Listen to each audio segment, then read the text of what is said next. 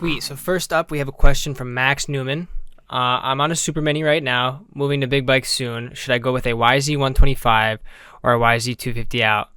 Brand is out of the question, by the way, so he's dead sold on a Yamaha, which I can respect. Okay. No other information. That is all we have. That's all we have. Okay, so typically the first questions that I ask are what is, age, height, weight, and skill level. Because then you can get into a loaded debate and conversation about 250. Brings us to the 250F versus 125 conversation. But moving up from a Super Mini, that's what that said? Yep. Right?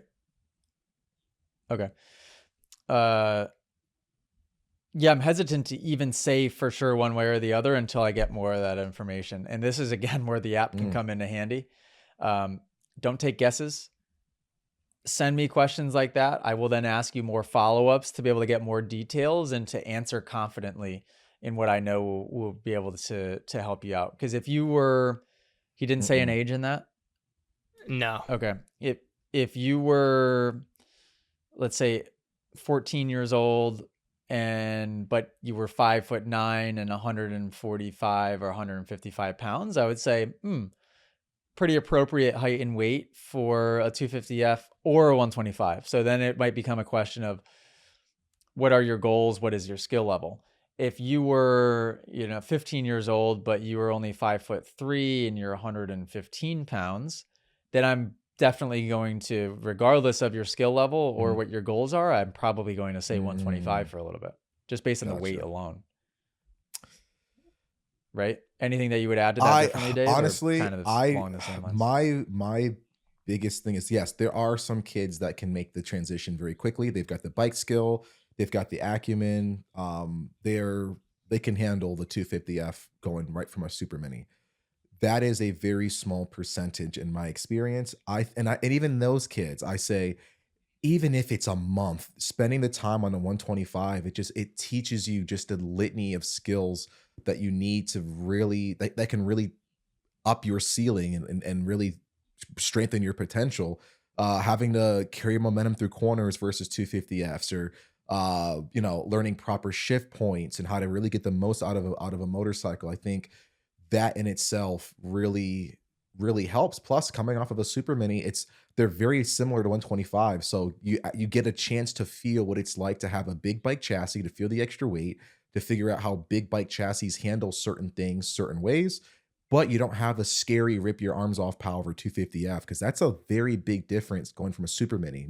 You've got a lot more of a broad power band now. So it's not just, well, my bike only screams when I'm on the pied clutch and I can really get into it. That's a tractor. You have a very linear power plant now. So you're going to feel like you're getting your arms ripped off from the time you crack the throttle all the way up to over rev. So to me, that can be jarring for a lot of kids. Depending on your size, obviously up to a certain point. But I feel like a 125 teaches you so much. Plus, a YZ 125, that's a pretty competitive bike. AJ and I had to race a Kawasaki 125, and it was like, we could have used any advantage against YZs and KTMs and stuff. So we raced the same bike, and that thing was rough. So, well, Dave, you want to hear more of a story, this has been erased from my memory until I talked to my dad last week about it. Because I asked my dad, I'm like, hey, did the Dave Drake's 125? I'm like, did we only have that for a week? Like, does my memory serve me correctly? And I just raced it at Winchester for that one weekend, and we got rid of it. And he goes, oh no, you raced it at Moto Town and got knocked out really bad and crashed and got knocked out really bad. And I'm like, oh my God, that freaking bike.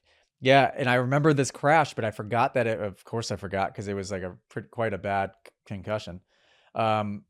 It was when the layout, if you hit the tabletop right along the grandstands, right, like the finish line, turn left, there was a little setup jump coming out of that corner, like a little step up. And then I think it was before or after the Sweeper 5-pack days. I think maybe it was just the tabletop big table. There. Okay. Does that sound right? Years later, yeah. Okay. So something happened. And my memory is that I came up over the step up and then my head got stuck to the crossbar pad. But it's just... that's not even close. My dad said a lapper turned into me and I collided with a lapper. Don't remember that whatsoever, but it was a bad crash. I remember coming to in the ambulance and I couldn't feel my legs because what had ended up happening is, and then I woke up in the ambulance, couldn't feel my legs, went back out, woke up again in the MRI.